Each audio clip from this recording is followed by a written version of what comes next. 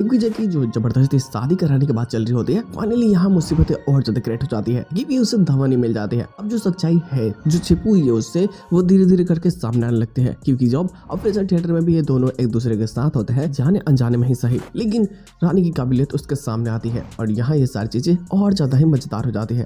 तो बात करें एपिसोड की स्टार्टिंग हॉस्पिटल से होती है। यहाँ रानी जब मरीजों का ख्याल रख रही होती है तो वहाँ उसे एक ऐसा मरीज मिलता है जो बहुत ही ज्यादा परेशान है, जो चाहता है कि उसकी जिंदगी खत्म हो जाए क्योंकि एक बिल्डर उसे बहुत परेशान करता है, उसकी प्रॉपर्टी पे कब्जा कर चुका है। इस चीज के जानने के बाद में रानी फैसला करती है कि वो उसे इंसाफ दिला करके रहेगी और रात होते ही बिल्डर के पास पहुंच जाती है, वो नकाब पोस्ट बंद करके, और यहाँ बिल्डर को बहुत बुरी तरीके से मारती पड़ती है और हालांकि उसे डरा धमका करके कैसे भी समझा देती है कि तुम्हें जा करके कल जिससे तुमने पैसे लिए हैं उसे सब पैसे वापस करना होगा और यहाँ अगर तुमने नहीं किया तो फिर मैं तुम्हारी लंका लगा दूंगी। खैर देखो, होता भी ऐसा ही है। अगले दिन वो बिल्डर जाकर के पैसे दे देता है, लेकिन रानी भी वो जो काम कर रही होती है तो बिल्डर उससे देख लेता है। हालांकि उसे शक होता है कि आप दोनों की आवाज़ बिल्कुल सेम है, लेकिन फिर भी यहाँ जाते बातें तो होती नहीं और बिल्डर वहाँ से चला जाता है। खैर देखो, रानी यहाँ ख्याल रख रही होती है सारी चीज़ों को ठीक करने की कोशिश, लेकिन तब तक हॉस्पिटल में दिग्विजय आ जाता है। दिग्विजय आता है तो देखता है कि अरे ये तो थोड़ी लापरवाही जैसी काम हो रही है क्योंकि कुछ सिरिंज या फिर कह लो कि जो इक्विपमेंट्स होते हैं वो सब इधर उधर पड़े हुए होते हैं और वो बताता है कि थोड़ा इसको ध्यान से रखिए,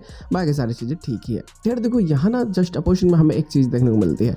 मजेदार बात ये मदर्स डे है तो केक बनाती है धावनी और ये सभी लोग सेलिब्रेट करते हैं बहुत अच्छे तरीके से।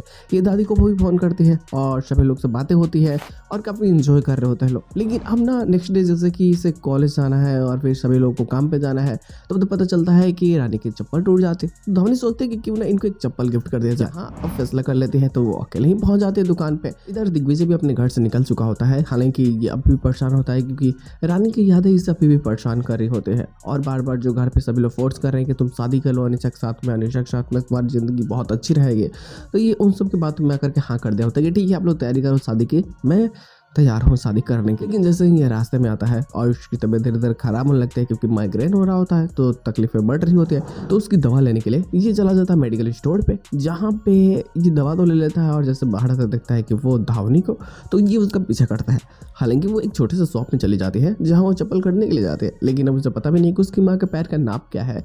वो जो पैसे भी लाई होती है वो भी बहुत कम होता है। दिग्विजय सारी चीज़ों को देखता है, दुकानदार भी उसे चप्पल देने से मना कर रहा होता है। हालांकि बाद में दिग्विजय उसे खरीदवाता है कि तुम्हारी मम्मी कितनी बड़ी है, उसे लेकर के उसके घर जाता है। अब यहाँ ना बात ऐसी है कि देखो, जब घर जाता है तो उसकी माँ से यानी कि रानी के जो दोस्त है वो घर पे होती है, रानी तो यहाँ हॉस्पिटल में होती है। लेकिन यहाँ जब जाता है धावनी को घर पहुँचा देता है तो उससे थोड़ा शक तो होता है, लेकिन जैसे वो देखता है रानी के दोस्त को तो उसे लगता है कि यार लगाव तो है, लेकिन ये तो कोई और है जिससे मैं जानता ही नहीं।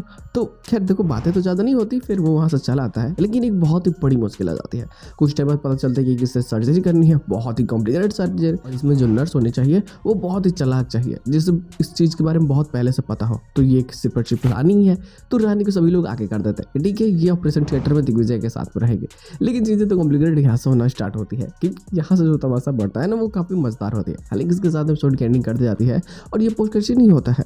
रानी ना चाहते हुए दिग्विजय के साथ में काम करने के लिए तैयार होती है और फाइनली वो काम करने के लिए वो ऑपरेशन थिएटर में जाते हुए, लेकिन जो इसकी स्किल्स होती है फिर कह लो कि जितने अच्छे तरीके से बहुत आसानी से सॉल्व कर रही होती है, इस चीज़ से दिग्विजय इंप्रेस हो जाता है और कहीं ना कहीं अब उससे थोड़ा परमिशन मिल ही जाएगा। हालांकि इनकी और दिग्विजय की नज़दीकियाँ बढ़ेगी क्योंकि यहाँ से दिग्विजय को थोड़ा थोड़ा शक होना स्टार्ट होगा कि ये नर्स कहाँ से आई है, इसका नाम क्या है, और इससे रानी की याद आएगी और तब तो और ज़्यादा मजेदार होगा जब उसके डिटेल्स को ये देख लेगा।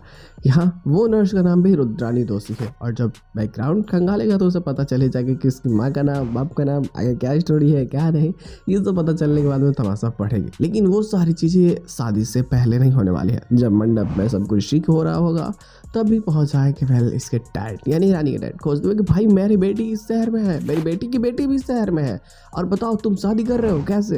हालांकि जब पता चलेगा कि क्या बेटी की बेटी, वो तो मतलब उसका तो बच्चा मर गया था ना, लेकिन जब वो कंफर्म करेंगे कि नहीं उसका बच्चा जिंदा है, तब ये शादी छोड़ करके जब वो खोजने जाएगा तब तमाशा बढ़ेगा और ये सारे प्लॉट्स और ज़्यादा इंटरेस्टिंग और काफ़ी मज़ेदार होगी जो काफ़ी बेहतरीन होने वाले हैं। हालांकि देखो कुछ लोग इसके साथ शॉर्ट गेमिंग करते जाते हैं, एक्स्ट्रा प्लॉट है नहीं, बट आती है तो बातें ज़रूर हो जाएगी क्योंकि अभी तो 2-3 प्लॉट्स तो ऐसे सामने ही है कि एक रानी के डैड का एक्सीडेंट होना, दूसरा रानी के डैड का वो सच्चाई बताना दिग्विजय से जाकर के कि उसने अपनी बेटी और अपनी बेटी की बेटी को देखा है। तो ये सारी चीज़ें काफ़ी मज़ेदार होगी। उम्मीद है कि आने वाले स्टोरी लाइन काफ़ी इंटरेस्टिंग हो ताकि देखने में मज़ा आ जाए। तो बस यार आज के एपिसोड बस इतना ही। हम लोग मिलते हैं बहुत जल्द किसी नए वीडियो के साथ में, तब तक के लिए बाय।